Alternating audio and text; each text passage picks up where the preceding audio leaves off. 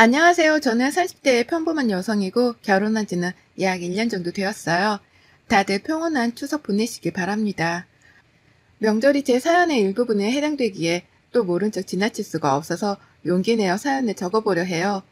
사랑하는 사람을 만나 연애를 하고 결혼을 하기까지의 과정에 좋은 기억과 긍정적인 감정들만 가득하면 얼마나 좋을까요? 그러나 결혼은 현실이라고 그렇게 호락호락 하지도 않았고 너무 아프고 충격적인 기억들이 가득합니다. 남편과 저는 소개팅을 통해서 만났고 호감이 있다고 마음을 알고 서로 연애를 결심했어요. 연애를 할 때만 해도 참 좋았던 게 남편의 여행을 굉장히 즐겨하는 사람이라 덩달아 아름다운 방방곡곡 돌아다니며 좋은 추억을 쌓을 수 있었습니다. 캠핑도 즐겨 했었고 우리나라에 이런 곳이 있다고 싶을 정도로 아름다운 곳들만 데려가 줬어요. 그 덕분에 저는 보는 시야가 넓어졌고 그동안 참 재미없게 살았구나를 깨닫게 되었습니다. 남편과는 주로 둘 다 쉬는 주말에 국내 여행을 즐겨 했었고 연차를 써서 더 효율을 만든 다음에 해외여행도 즐겼어요. 남편이 단순히 여행만 좋아하는 게 아니라 계획도 참 잘 세우는 사람이라서 믿고 따라가기만 해도 완벽한 여행이 되었습니다. 항상 그런 남편 덕분에 저는 하는 것도 없이 몸만 딱 따라가면 완벽한 시간을 보내고 올 수 있었죠. 그래서 남편이 제게 프로포즈를 할 때도 이런 말을 했습니다. 소라야, 우리 지금처럼 평생 여행하듯 살자. 기쁘고 신나는 순간도 있을 거고 고난과 역경도 겪어야 하겠지만 그럴 때마다 우리 지금처럼 잘 견뎌나가면서 서로 의지하고 그렇게 살아보자. 나랑 결혼해 줄래? 당신다운 프로포즈네. 그래, 결혼하자. 남편의 저 말이 평생 기억에 남더라고요. 여행하듯 살자는 말이요. 여행을 하다 보면 기쁘고 설렘이 가득한 순간들도 있지만 분명 예상치 못한 고난과 역경에 당혹스럽고 힘겨울 때도 있죠. 그렇지만 여행 중이니 평소보다는 더 좋은 감정으로 일을 해결하고 좋은 시간을 보내곤 했는데 그런 저희의 평소 생활에 비유한 남편의 프로포즈 멘트는 너무 귀했습니다. 이런 사람과 함께라면 정말 평생 여행하듯 즐기며 행복하게 살 수 있을 거라고 확신을 했어요. 그렇게 남편과 결혼을 했고 별 탈 없이 잘 살고 있었습니다. 그러던 어느 날 원래 차로 1시간 거리에 계시던 시부모가 저희 집 근처로 이사를 오신다고 했죠. 아, 소라니? 다름이 아니고 이사 소식 들었니? 네? 무슨 이사요? 뭐야, 동호한테 못 들었니? 우리 다음 주 수요일에 그 동네로 이사 가기로 했는데 동호가 깜빡했나 보구나. 수요일에 이사하는 거니까 그날 일 좀 미리 빼고 우리 이사 좀 도와줄래? 네? 어머님 갑자기 이사 결정을 하셨어요? 그 동네에서 정말 오래 계셨잖아요. 아, 며느리가 있는데 내가 왜 고생하나 싶어서 다들 며느리가 음식도 하고 이것저것 해서 가져다 주는데 나만 여전히 혼자 다 하는 게 너무 힘들더라고. 나도 이제 늙었잖니. 며느리가 차려주는 밥상이 먹고 싶기도 하고 다 같이 모여 살면 좋잖아. 아, 네, 그러셨군요. 우선 알겠습니다. 딱 저 얘기를 듣는데 불길함이 몰려왔습니다.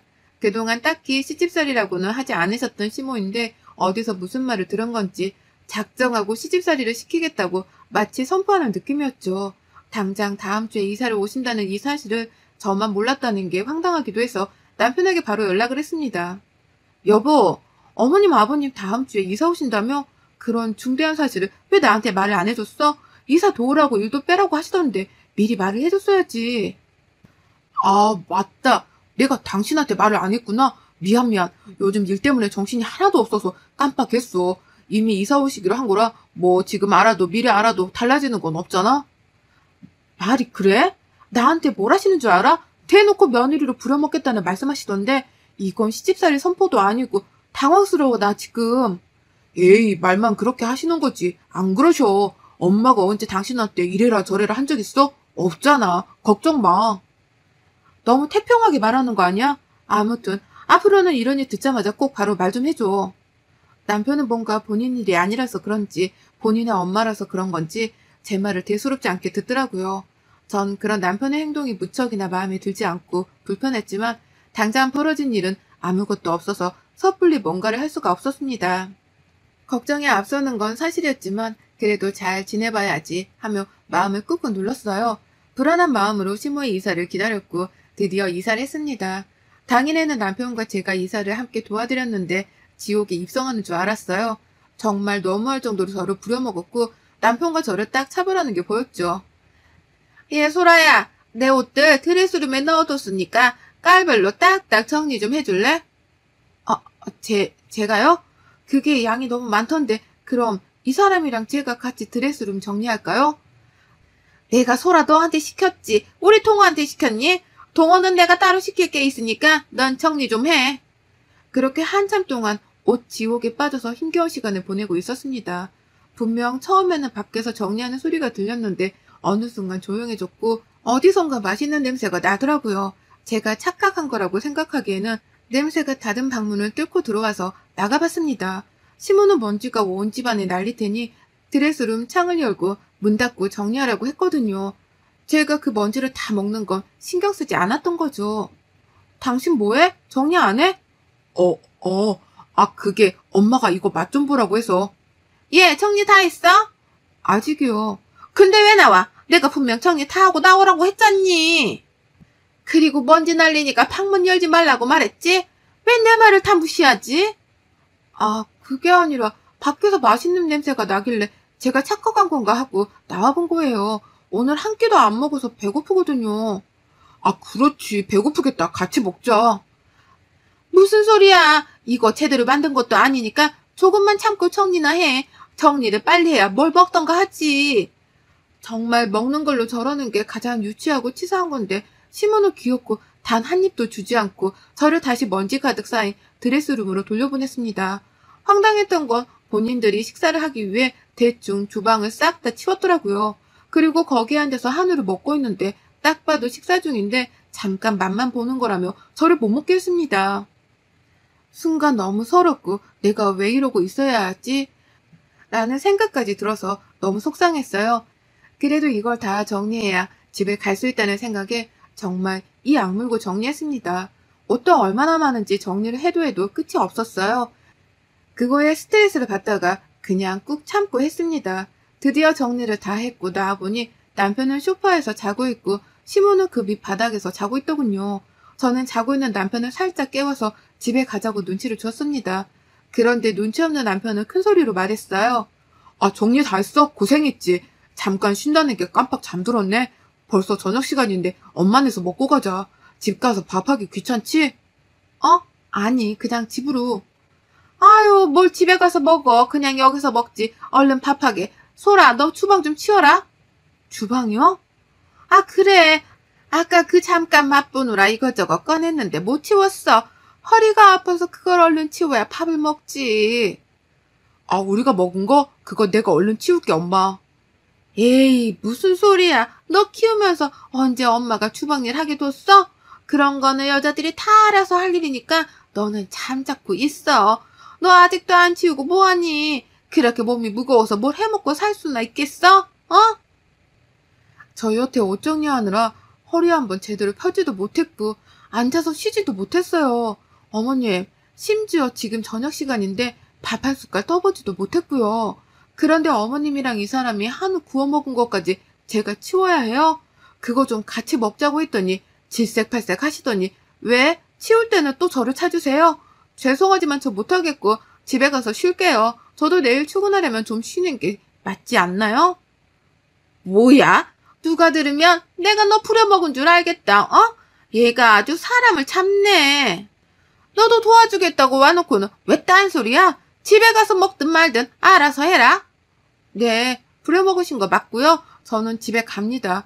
당신은 대리효도는 오늘 하루 내가 다 했으니 이제라도 효도하고 와.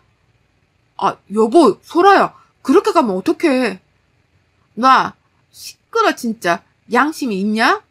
저는 시모의 태도와 남편의 행동에 너무 화가 나서 뿌리치고 집으로 가버렸습니다.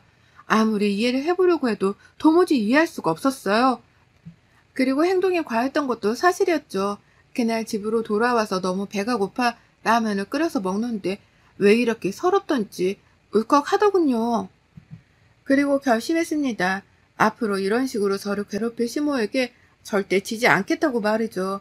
한두 번 네 알겠다고 대답을 해주니 저를 만만하게 본 건지 본 모습을 딱 보이는 게 너무 소름 끼쳤거든요. 그 이후 저는 시모와 거리를 두고 지냈고 일이 바쁘다는 핑계로 시모의 부름에 응하지 않았습니다. 그러니 시모 입장에서는 화가 아주 단단히 났겠죠. 주말만 되면 집으로 와서 이거 해라 저거 해라 시키는 게 너무 승질이 났어요. 그래서 저는 남편에게 말했습니다. 이번 주말에 엄마가 집에 와서 밥 먹으래. 간 김에 고장난 것도 좀 봐주고 청소할 거 있으면 도와드리자. 그래, 당신은 거기 가서 어머님 도와드려. 나는 우리 집 가서 내 부모님 보고 도와드릴 거니까. 아, 정말 왜 그래? 언제까지 이럴 거야? 뭐가? 효도는 셀프야. 왜 나한테 대리효도를 바래? 내가 언제 당신한테 우리 엄마 아빠께 이렇게 해, 저렇게 해, 도와줘 라고 말한 적 있어? 단 한 번도 없을 텐데. 난 늘 내가 했지. 당신한테 시킨 적 없어. 맞지? 아, 물론 그렇긴 한데 우리 집은 가깝고 처갓집은 멀잖아. 그걸 핑계라고 말하는 거야? 차라리 입이라도 다물지 그랬어? 정 떨어진다 정말. 내가 알던 사람 어디 간 건지 모르겠는데. 그렇게 남편과 한바탕 싸우고 주말에 친정집에 놀러 갔습니다. 오랜만에 부모님을 보고 함께 시간을 보내니 그간 쌓였던 분노와 스트레스들이 눈 녹듯이 사라졌어요. 다행이었죠. 그런데 갑자기 부모님께 충격적인 소식을 듣게 되었습니다. 우리 딸 시집가서 사니까 어때? 그냥 그래. 뭐 엄청 행복하지도 불행하지도 않아.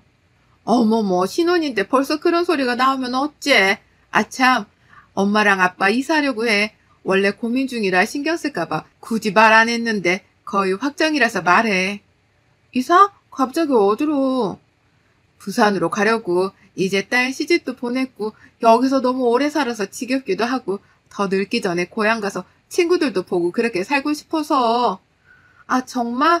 아휴, 더 자주 못 보겠네. 근데 뭐 잘 생각했어. 가서 친구들이랑 시간도 보내고 그러면 더 행복해질 거야. 자주는 아니더라도 얼굴 까먹지 않을 정도로는 꼭 내려갈게. 부모님 고향인 부산으로 내려가겠다는 소식을 듣고 솔직히 마음이 쿵 했습니다. 지금도 자주 못 보는데 부산으로 가시면 더 자주 못 볼 것 같았고 정말 제가 출가 외인이 된 기분이 들었거든요. 그래도 고향 가시면 지인들도 많으니 두 분 입장에서는 행복하실 것 같아서 마음이 놓였습니다. 그런데 이 문제로 남편과 파국을 맞을 줄은 상상도 못했어요. 부모님이 부산으로 내려가시고 첫 명절은 추석이었습니다. 제가 남편에게 꼭 부산에 가봐야겠다고 말했죠. 나 이번 추석 때 부산 가는 거 있지만 미리 예약해둘 건데 KTX랑 비행기 뭐가 좋겠어? 아, 맞다. 처갓집 이제 부산이지? 그런데 엄마네도 가야 하는데 시간이 너무 빠듯하지 않아? 어머님 댁은 365일 중에 300일은 가는데 뭐가? 이사도 하셨고 명절인데 당연히 가야지. 가기 싫다는 소리도 들린다? 아니, 그런 게 아니라 사실은 나 KTX 타다 크게 다칠 뻔한 적이 있어서 그건 못하거든. 어? 그런 일이 있었어? 그럼 뭐 비행기 타고 가자. 예약해둘게. 아, 이거 진짜 숨기려고 했는데 나 비행기 탈 때마다 손발이 덜덜 떨리고 두렵고 무서워. 왜 그런지 모르겠는데 숨도 잘 안 쉬어주고 막 그래. 당신이랑 연애할 때는 그런 내 모습 싫어할까 봐 숨겼거든. 뭐라고?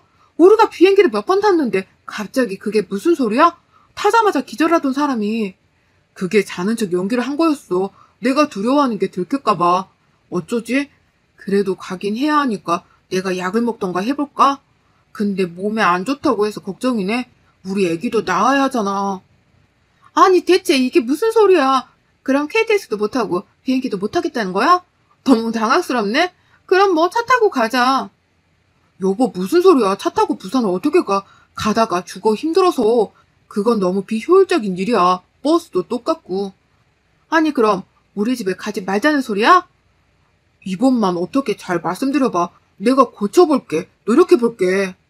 남편은 갑자기 말 같지도 않은 소리를 했어요. 안 가려고 애쓰는 것 같아 보이면서도 그 말이 진심인 것 같아서 솔직히 더 캐묻지는 못했습니다. 결국 저 혼자라도 다녀오려고 했으나 시무것도 저를 놔주지 않았어요. 제가 부산으로 가버릴까봐 아예 저희 집에 이른 오전부터 오셨죠. 나왔다. 우리 집에서 하든 여기서 하든 상관없으니까 그냥 여기서 만들자. 내가 음식할 재료들은 대충 들고 왔고 나머지 배달시켰으니까 곧 올 거야. 오면 바로 시작하자. 아, 어머님, 그런데 저 부산 가봐야 해서요. 시간이 빠듯하거든요. 제가 미리 말씀 몇 번이나 드렸는데 깜빡하셨어요? 그건 네 사정이지. 시집으로 왔으면 시댁법에 따라야 하는 거 아니니? 난 오늘 당장 음식 싹 해두고 나머지 휴일은 푹 쉬고 싶으니 네가 날짜를 바꾸던가 해. 네? 당장 지금 어떻게 바꿔요? 못 가죠, 어머님. 그럼 가지 말던가. 딸 시집 보냈으면서 왜 소유하려고 하니? 너 이제 우리 집 사람 아니야? 딸은 원래 시집가면 출가 외인이라고. 시모는 저를 못 가게 할 작정으로 아예 계속해서 부려먹으려고 했습니다. 너무 화가 나더라고요. 당장 추석 당일에 비행기표가 남아있을 리도 없었고 저 결국 못 갔습니다. 분노해 있는데 웃긴 건 지금부터였죠. 저는 그 와중에 이 음식들을 다 해야 쉴 수 있다는 생각에 입 닫고 음식을 막 하고 있었어요. 그런데 남편이 자꾸 드레스룸과 안방을 왔다 갔다 하며 분주해 보였죠. 그러더니 시모는 잠깐 약속이 있어서 갔다 오겠다며 나갔고 1시간 후 남편은 시모를 모시러 간다며 나갔습니다. 결국 저 혼자 음식을 다 했고 저녁 8시가 되어도 둘 다 연락을 받지 않았죠. 그러다 시모랑 연락이 되어 물었습니다. 어머님 대체 어디세요? 그게 사정이 있어서 우리 오늘 못 가거든. 그러니까 너 먹고 쉬던가 해라. 네? 이 사람은 왜 전화를 안 받아요? 대체 무슨 사정이길래 갑자기 외박을 하시는 건데요? 그걸 내가 하나하나 너한테 설명을 해야 하니? 참 잡고 있어 그냥 좀. 동호전화는 고장났다. 수리 바뀌어야 해. 그러니 전화 그만해라. 어차피 해도 못 받는다. 그렇게 시모는 전화를 끊었고 저 정말 혼자 펑펑 울었습니다. 분노가 막 솟아올라서 이 감정을 참지 못하겠더라고요. 지금이라도 혼자 차 끌고 부산으로 갈까 참 고민을 했는데 제가 운전이 그렇게 능숙한 게 아니라 혼자 장거리 운전을 할 자신이 없었죠. 결국 혼자 펑펑 울면서 술을 마시고 있다가 쌓아둔 짐을 풀었습니다. 그런데 커플 캐리어 하나가 없어진 거예요. 남편이 사용하는 캐리어가 없었고 드레스룸을 자세히 보니 여름 옷들이 많이 비더라고요. 이상하다고 정말 생각만 했습니다. 그 후 3일 뒤에 남편과 시모를 만날 수 있었는데 남편이 새까맣게 익어서 왔더라고요. 심지어 서늘한 날씨에 반팔 반바지를 입고 왔길래 물어도 대답을 해주지 않았습니다. 전 이상한 느낌에 남편 핸드폰을 뒤져봤어요. 고장났다더니 말끔하게 작동하더라고요. 그런데 카톡 목록에 비행기 예매한 기록이 있었고 세이브를 갔다 왔더군요. 잠들어 있는 남편을 흔들어 깨웠습니다. 이거 뭐야? 당신 어머님이랑 세이브 갔다 왔니? 그거 내가 간 건 아니고 엄마 친구랑 일이 있어서 아무튼. 네 이름이 이동호인데 네 비행기 티켓으로 엄마 친구가 갈 수 있어? 거짓말을 할 거라면 좀 그럴듯하게라도 해야지 속아주지. 너 진짜 미쳤구나. 비행기 타면 미칠 것 같다며 우리 집에는 한 번을 안 가주더니 나 속이고 나 혼자 일 시키고 세이브를 갔다 왔어? 이 둘은 저를 부려먹고 떼어놓고 세이브를 가서 여행을 즐기다 왔더라고요. 새까맣게 익어서 온 이유였죠. 그 사실을 알고 저는 더 이상 이 사람과 살 수 없다는 생각을 했어요. 짧은 시간일 수 있지만 시모가 이사 온 후 단 한 번도 행복하지 않았습니다. 그리고 저를 속이는 게 당연한 이들과 더 이상 엮이고 싶지 않았죠. 이혼을 선언했고 시모는 그 사실을 알고 한밤중에 찾아와 제 머리채를 잡으려 했어요. 그래서 전 시모의 정강이를 발로 세게 때리고 제가 머리채를 잡고 말했습니다. 툭 하면 윽박지르고 손버릇까지 더럽네. 내가 니네 종이니? 노예야?